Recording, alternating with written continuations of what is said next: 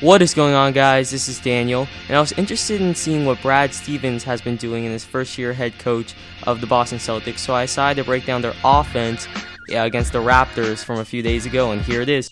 I saw this when Stevens was at Butler, and he loves to run a pick and roll sideline with the point guard going to the middle, which is effective except when the defense ices it. Fortunate for them, the Raptors did not ice it in this game, and they consistently got good looks, and here Humphries gets 2 open jumpers. Here the Celtics perform ice, and you'll notice Avery Bradley angles DeRozan away from the screen and away from the paint. Then Brandon Bass, who's guarding the screener, contains, and you'll notice DeRozan is forced to go left and not middle, and he gets a really tough shot.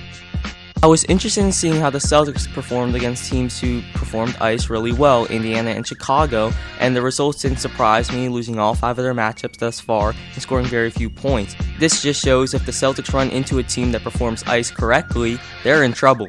But as mentioned, the Raptors didn't play ice, and they were able to move the ball well, swing it, and this is a really nice motion where they get Solinger a pick and roll with Rondo, and that's a good dish from Rondo, and Solinger gets a layup.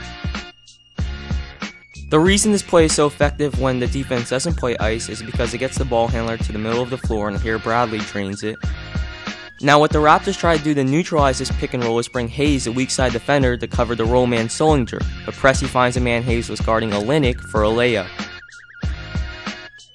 Now in pick and rolls, it's always a bonus to have your players moving or cutting to distract the defense, and here Johnson backdoor cuts and gets a foul. Same thing here with Olynyk. He doesn't just stand there on the 3-point line, he backdoor cuts and Pressey finds him. But it's not all good. Here Bradley settles for a long 2, the lowest percentage shot in basketball, and misses. And here Jared Bayless throws it away, and it leads to a layup on the other end for Vasquez. And again, Bayless commits a bad turnover, gets to the middle of the floor but throws it away. The Celtics also run players off screens, but they often end in long 2s, and here Green misses one. And Bradley hits this one off the double staggered screen, but with his foot on the line, it's a very low percentage shot.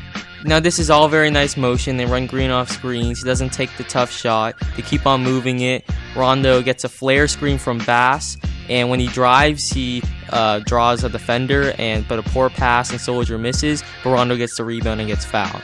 Now the Celtics also ran a few sets to get Jeff Green in the post, and here they try to get to him, but great job by DeRozan fronting him, and good defense, and he gets a tough shot. You never know with Green, sometimes he might settle for a fadeaway, but other times here he's matched up against Vasquez and gets in for an easy dunk. Now I really like this out of bounds play as Green, the inbounder, will receive a shuffle cut to get low post position, and then Bradley, who's in the corner, will receive a double staggered screen to try to get a shot. Here Green gets it in the post, and he takes a tough shot, but he hits it. Here they run the same play again with Green receiving a shuffle cut, and then Bradley will receive a double staggered screen. Here Rondo gives it to Bradley, who gets in the middle of the lane but can't hit the shot. Same play one more time, but instead of taking the 3 or going to the basket, Bradley settles for the long 2. Now I really like this set where it's first a screen and roll for Bradley into a dribble pitch to Rondo, and then a screen and roll with Solinger, the other big man. This is really nice motion, and again the Solinger, who kicks it out to Bradley, who can't hit the shot. To my chagrin though, I did not see them run this again this game. Now they also ran the fair share of high pick and rolls, and here an incredible pass from Rondo to Bradley for the 3. And off a timeout, Stevens drew it up where Rondo would try to get a switch running off Humphries a few times. They didn't get it, but Rondo gets right into a flow pick and roll, and he gets to the basket and draws a foul. But because Rondo isn't a threat as a shooter, the Raptors are able to go under some of these pick and rolls, which forces him to take tough shots. Now I love the high-low action when if there's nothing available on the pick and roll, they swing it up top and they hit the roll man in good post position. They do that here and Solinger just misses. Still good stuff though.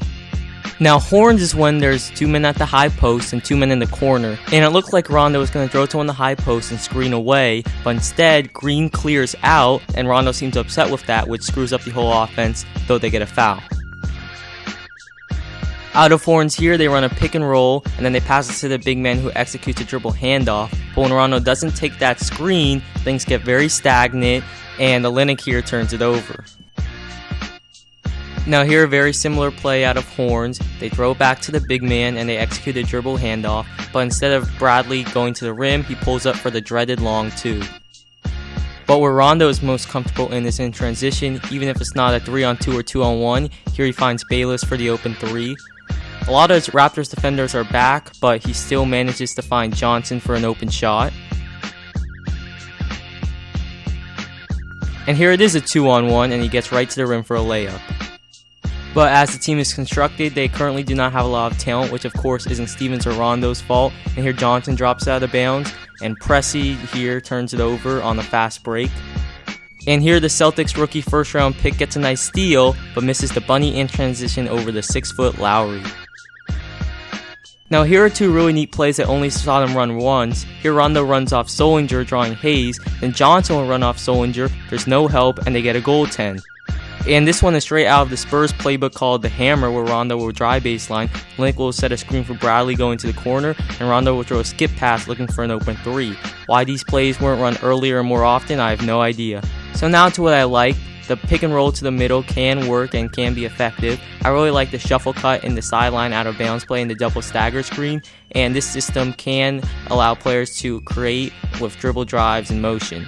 Now unfortunately, I feel much stronger about the things I don't like. In my opinion, the offense is very predictable, a few creative plays but not run nearly enough, and their main set can easily be neutralized by a basic defensive concept. Also, too many long two-pointers, which is the lowest percentage shot in basketball. So therefore, that all adds up to a score of 3 out of 10, mediocre. Some might say this is ridiculous, crazy, but I'd argue that if your most basic offensive set can be shut down by a simple defensive scheme that most teams run called ice, how can I give them a higher grade? Also keep in mind, some scales might say mediocre is a 5 or a 6, but I like to use the whole scale, so it's a 3. Well, there we have it, guys. I hope you enjoyed the breakdown, and let me know if there's another team you want me to take a look at in the comments section, and see you next time.